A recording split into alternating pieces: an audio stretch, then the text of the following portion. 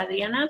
Together we explore writers, artists, poets, and luminaries, all writing about life, the world, and our future in it. This heart-to-heart conversation is where we find the story behind the story, and we learn more about the author's wisdom as they share their life experience and worldview. I'm excited because today we have Alejandra Orozco Quintero, Ph.D. She's a researcher and development practitioner who for the last 19 years has been living and working in Africa and the Americas. Her international experience working alongside local and indigenous communities and doing applied research to protect communal land and resources rights became her inspiration to support groups and individuals' empowerment to assert their rights and change their personal and social reality. Since 2019, Alejandra has been working both as a development practitioner, helping to transform how we do the development, and using PSYCH-K to support the healing of people dealing with trauma or stress. So welcome, Aleja. How are you? Fine, thank you. Thank you. I'm so happy to be here with you. I love reading your bio because it's amazing, your bio, but there's so much more to you. You do so many things other than what I just read, and it's exciting to know that I have a friend that actually lived in Africa, and you did some really amazing things, and I'm happy to have you on today to talk about your latest work. So share a little bit about what you're working on right now, and what's the last thing that you've authored. Wow. So as we both know, I have been exploring the work of Florence Cover-Sheen, and I decided, based on my own experience looking at what was available from her to Spanish-speaking communities, I decided to just do my own translation of her work and add a little bit to it in terms of analysis, and then share that with the Spanish-speaking communities in both in Latin America and North America, Hispanic people. Yes. So that's part of what I have been doing. And now initially I published The Game of Life and How to Play It. Mm-hmm. And now it's already in Amazon, The Secret Door to Success.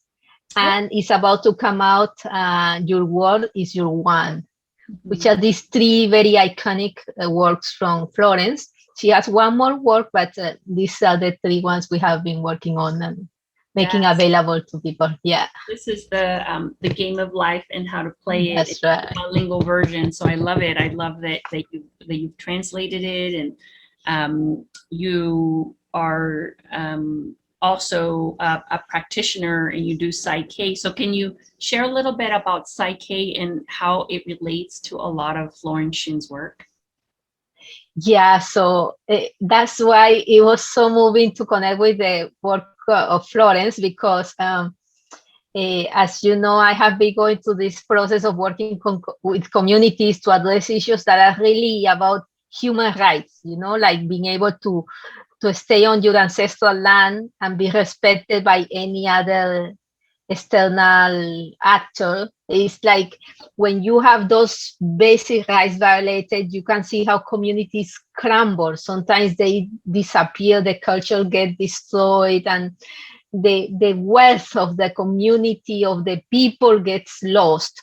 So I have been engaged in trying to protect that is so sacred, which are all this diversity of cultures we have, and the contributions they make to our world. And in that process, I have gone through a lot of pain myself, witnessing and engaging things that are very difficult to witness. And in that process, I decided, no, what can I do to empower myself? Because if I am drained and sad, I cannot function either. So I came to this exploration to different works, like the work of Florence. But before I did that, I added wonderful people like Bruce Lipton and the understanding of how our beliefs shape our reality. Those things came to my radar. I became aware of them, and then I decided to go through the process of learning more, meditating, and doing different things. And that's how I connected with psychological kinesiology. And I decided to go through the full 3 levels of training to become a master facilitator. So since 2019, I have been helping people all over the world, because as a master facilitator, you can do psyche remotely. I help people to deal with issues of stress, that, also the stress is this mental process that has a physical consequence. Yeah, even a heart attack can come from stress. Many things can come from stress. They manifest physically, but they start with a thought. They start with a belief. So I decided to explore, how do we change that? How do we help people to go above and become more aware, more conscious of how powerful and how whole they have, and let go some of those very limiting beliefs. And this is Psyche. This is what Psyche does. And say, oh wow, this is quite powerful. Let me go through it. And then I have been using it since. Yeah. So you started doing Psyche because you felt that it was going to help you with the work that you were doing in Africa, right? With all of the changes and shifts that were happening there, and you wanted it more. It was kind of like more on the side, right? You're like, let me try this to help myself while I do my work. Am I understanding that right? Yes. So, but in 2019, for different reasons, we decided to move back to Canada. But me, as a development practitioner, as a researcher, I keep connected to Africa. I keep looking forward to being part of processes there. But when I came to Canada, is that I became more aware of Psyche as a at the training of psychological kinesiology. And I say, okay, I will go through it, and I will see how I apply that to what I do, in development. But it hasn't, I haven't been as active in development on the ground, because of all these COVID issues that came soon after I got trained. But I have been doing it remotely with individuals of different people that I know and people I barely know, and people I just met. And yeah. You did a session for me. That was awesome. So, because you also do long distance. So I love it. Yeah, I love that. What part of Africa were you in? I always forget. Was it? So, well, I have been all over. I lived initially in Ghana, which is West Africa. And then we came back to Canada. I kept training myself. I went to my master's and then started my PhD. But in between, I have been going to Ghana, and we have gone to Kenya. And then we moved to Tanzania. And then we were I was between Tanzania and Kenya for the last 8 years before I moved to Canada. Yeah. Okay. Yeah. So 7 years. Yeah. That's a huge shift, right, in culture. Did you feel a lot of like the culture shock? Oh, no shock. I just love it. Like the new thing, I love it. And then Africa feels like home. so I truly love being with African. And then they embrace me like somebody local, because Latins are, they look different. They behave differently with Africans. So they are more like connected with the Latin people in Africa. So I really was enjoying myself. Yeah. That's awesome. So what are the so this is the one book right now that's on Amazon, right? And then you said that the other one is also on Amazon now? So just got published today. Today I got the message of the Secret Door to Success is out now. Congratulations. So for those of you who are watching, you can see the books on the screen. Just check them out. I think, they're showing up right there. They're you'll be able to also click in the link below if you want to get a copy. Now, well, I love Florence's work. I've been familiar with her work for a little over 10 years. Someone had given me a book, and I started reading this one. Actually, it was Your Word is Your Wand is the one that I started reading. And I always said, like, how is it possible that a woman was writing this kind of information and sharing these kinds of thoughts over 100 years ago? Exactly. How is it possible that she had all this information and during a time where people probably were being cast out if you weren't, from a particular religion. She's from the United States, right? So here would be Christianity, but that she would be allowed to talk about these things, and it's just interesting. So I find it that it's more relevant now, that people are a little bit more open to different philosophies, and I feel, and you may or may not disagree, may or may not agree, but I feel like people are opening up to other ways of thinking now. It isn't so much that the typical traditions people are following traditional ways of thinking. People are more open nowadays. What do you think about that? Do you think that's a true statement? I believe so. I truly believe so. And as you say, I totally agree that her writings are so relevant today. I probably just like they were over 100 years ago, because I mean, she shook the ground around her. She moved people to become people that manifested different realities just by raising their level of consciousness. So that was a magical power. Imagine she used to talk, she was talking about how our worlds have these vibrations. And of course, it has vibrations because they are connected to our emotions. And those emotions make us vibrate at different frequencies. And those frequencies allow us to connect with that at the frequency at which we vibrate. This is quantum physics, yeah? And she's contemporary with Max Planck, the one that put forward the quantum physics. But she of course, she was talking about something that she derived from mystical writings, and particularly mostly the Bible, not only, but mostly from the Bible. But then she comes and takes these quotes and provides them, she shares them, the insights about them in such a way that you realize, my goodness, this is not about me just praying morning, praying evening, but this is about me transforming myself within. So it was so powerful. I totally agree with you. Yeah.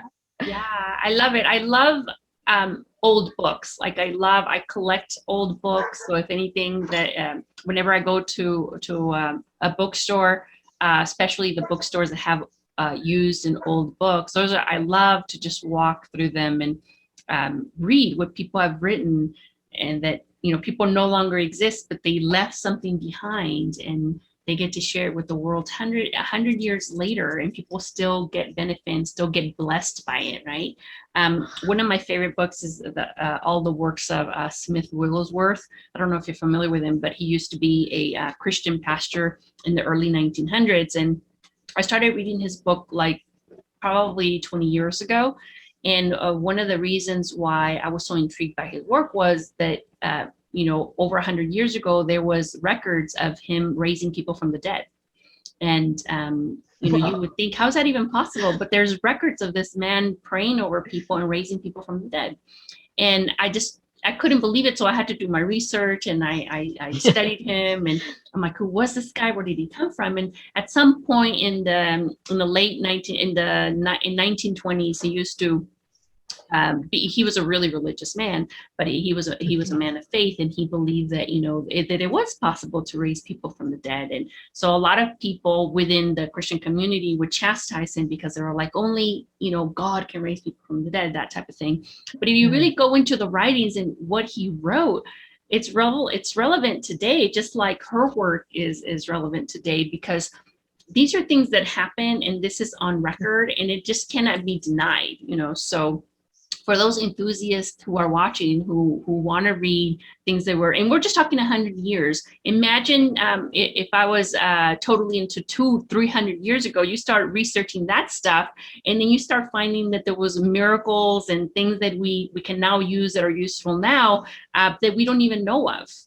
Right? Yeah. No, like the works of Teresa of Avila that Caroline mentions a lot, or which is 500 years old. Imagine John of the Cross and the Dark Night of the Soul. I mean, these are, wow, you think, wow, how do you get to this such profound level of understanding? And it's so applicable today. I mean, it's amazing. Yeah, like the nun Hildegard, her music is just amazing. And this was hundreds of years ago, and that she was actually Hildegard, the Catholic nun, wrote some of the very first books of herbal medicine.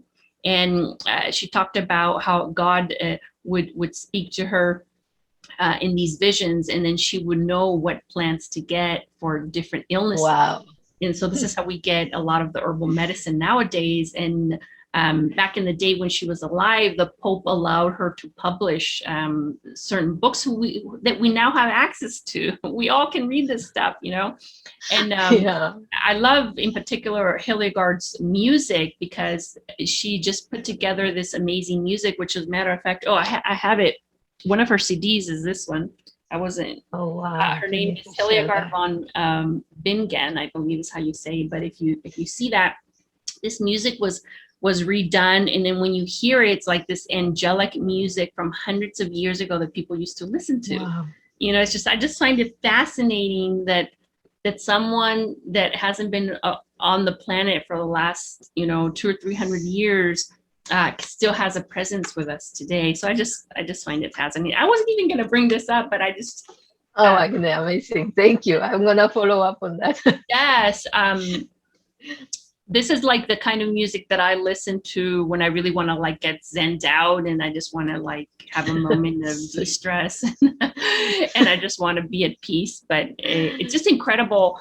One of the reasons why also I think she popped into my mind is because she was a woman, right? And usually throughout history, we all know that it's only men who are highlighted and it's only men who are written about. But these are some really powerful. These are some really powerful women that left. Women, yes. Yeah, they left their footprint on the ether. Yeah. They left they dented the universe, and then so hundreds of years later, here we get to partake in the same wisdom, in the same information, and we get to enjoy it, and they get to bless us even while they're not physically here on Earth.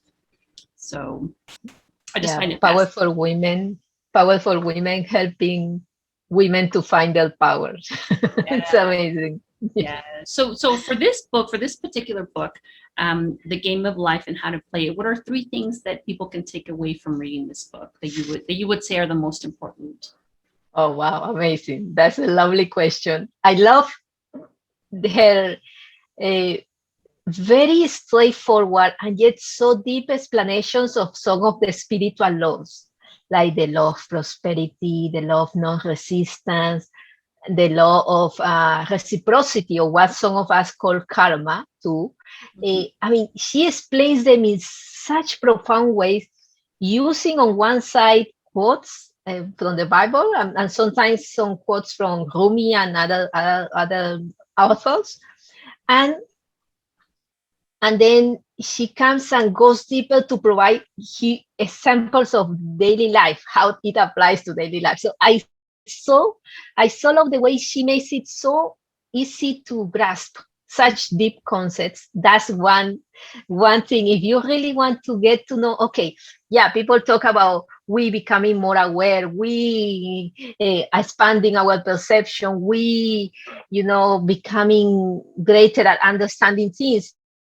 But how do we go about that? This is the source. She's one of those authors that will help you to get there. That's one big takeaway from her test. Yeah, that's an awesome takeaway. I love that. So yeah, I think that we're going to talk about abundance and prosperity, but we're not going to talk about it on this show. I have another channel called Mystics, Monks, Sages, and Rock and Rollers. So if you all want to tune into that channel, I'll leave the link below, and then you can check out the conversation where Aleja and me will be talking about abundance and the law of prosperity and all those juicy details. But for now, what's another takeaway for the readers, for anybody, like who would you recommend this book to? So if you are in a place where you would like to, understand, how do I help myself with just to one step at the time, taking one step at the time, how do I help myself to change my life? Then this book is for it.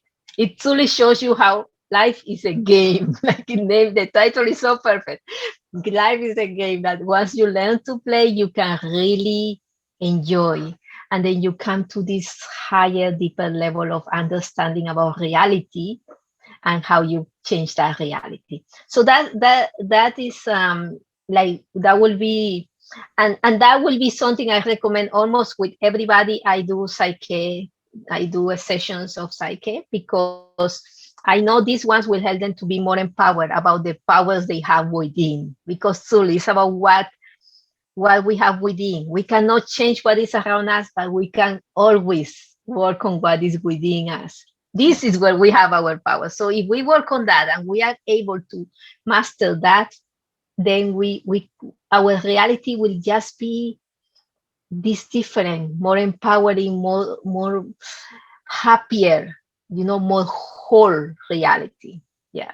Yeah. So as you were the last question now for our viewers, we're going to wrap it up. But when you were doing the translation, you were reading it in English and then you were doing all of the translation into Spanish.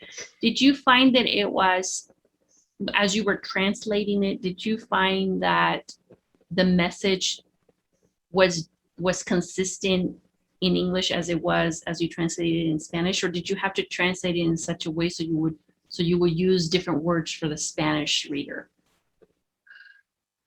So sometimes I couldn't use a literal translation for sure.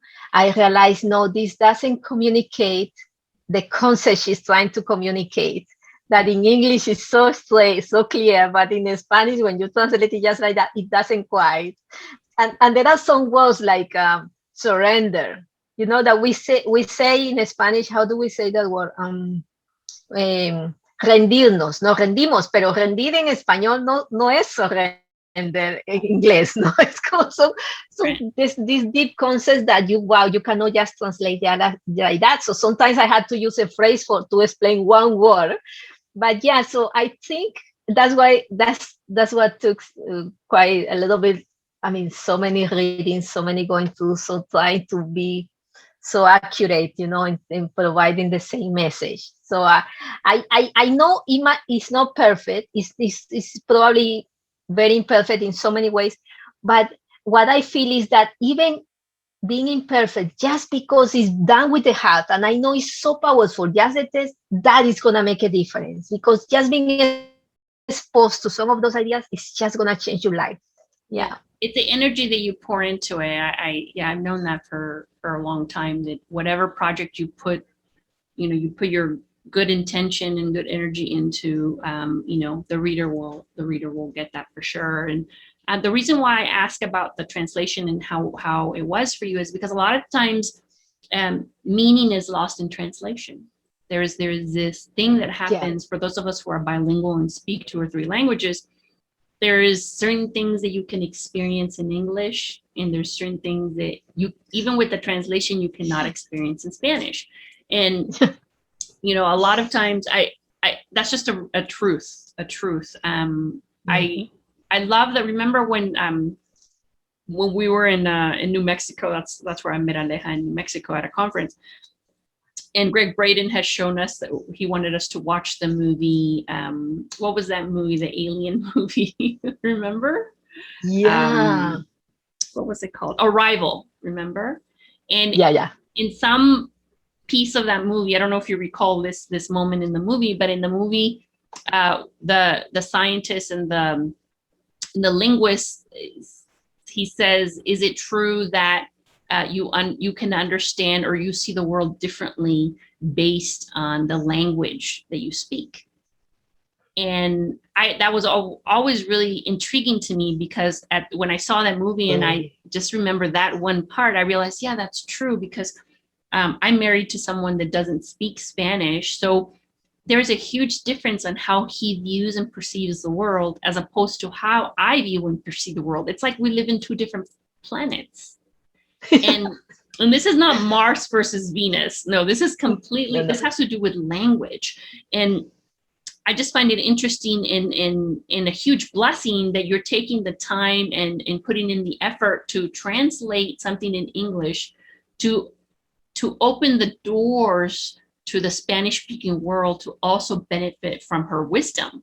And I think that's really important. You know, I bring it up because, you know, I want the viewers to understand if you're not bilingual, there is two separate ways of seeing how the world operates. And I think that's important, number one, to acknowledge, and number two, to also see these types of translations as another door opening for you to understand perhaps a different world, or to see life with a bigger perspective. And I know this to be true because when I started publishing all of Andrew Carnegie's work, I was reading everything in English and then having to sit down and do it in Spanish. And initially, I began with his work of an essay that he had written, and I didn't really think that the book would sell. And eventually, like after a couple of months of being on Amazon, I started getting like hundreds of people buying that book, and they weren't buying them in the United States, they were buying them in Spain. So apparently people who knew of Andrew Carnegie had been reading his stuff, but hadn't necessarily had the door open to them to have those translations in Spanish. And it was the interpretation, also the way that I interpreted what he had written, because a lot of the English that was used in the early 1900s was English that even now we don't even use a lot of those words, you know. So as an English speaker, I had to look at that information and then say, oh, well, what he really meant was this and this and this and this and this. Well, needless to say, that's been my best-selling book, and I'm just thrilled by it. And that was the experience. The reason why I asked this translation question for you is because that was the experience that I had. And I really feel that opened the door to hundreds of people in Spain who are now reading Andrew Carnegie's work. And then so here we have your work that has been translated into Spanish. And it's not just a rough translation, but a sincere translation of what you believe that she meant in certain chapters or whatnot. So I want to congratulate you for doing the translation on this book. I think it's, it should be translated into, I'm sure it's translated into hundreds of languages, right? I haven't read the Spanish version of it until your translation. So I'm grateful that you've done it. And so just to wrap it up, what do you want to leave with the viewers, and what do you want to say about the book as a final thoughts? No, I just wanted to share that, the two languages are right there. So if you are bilingual too, but maybe one of the languages is your second language, you can always come and look at the other language right there, and try to grasp in a different way the meaning. So that's what it makes you even more accountable, because you are showing, this is what I did, but look, this is the original.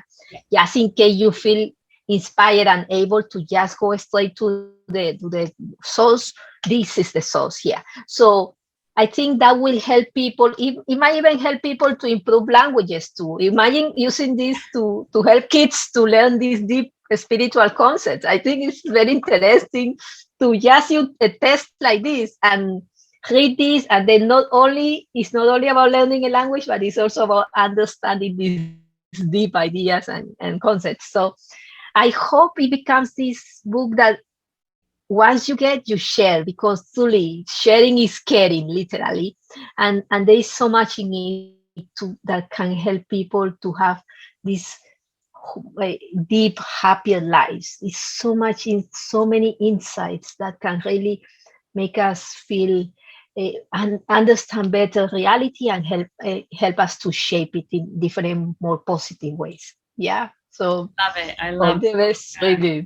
Yes, thank you. I think both of us can talk for a long time, but for the viewers, I want to let you know that you can reach Aleja's work in the link below. Just check it out. I'll have all the links to where you can buy this book, and then the new book that just got published, and then The Secret Door to Success, and then eventually you have your third one coming out soon, right? So that's this week. That should be up and coming, so look for her work. And then also I have conversations with her on my other channel, Mystics, Monks, Sages, and Rock and Rollers. If you're interested in more in-depth conversation about spirituality and all cool things having to do with our sense of purpose and meaning, and why are we here on earth. So thank you, Aleja, for having this conversation with me. Thank you. Thanks again for joining us today in the 100 Authors in 100 Days conversation, where we have the heart-to-heart conversations for transformation and inspiration. My hope is that you got something out of this conversation today, and if you did, check out the links below and leave your comments. Remember that joy is the key to unlocking the mysteries of life, and we can all learn together, one conversation at a time. See you soon.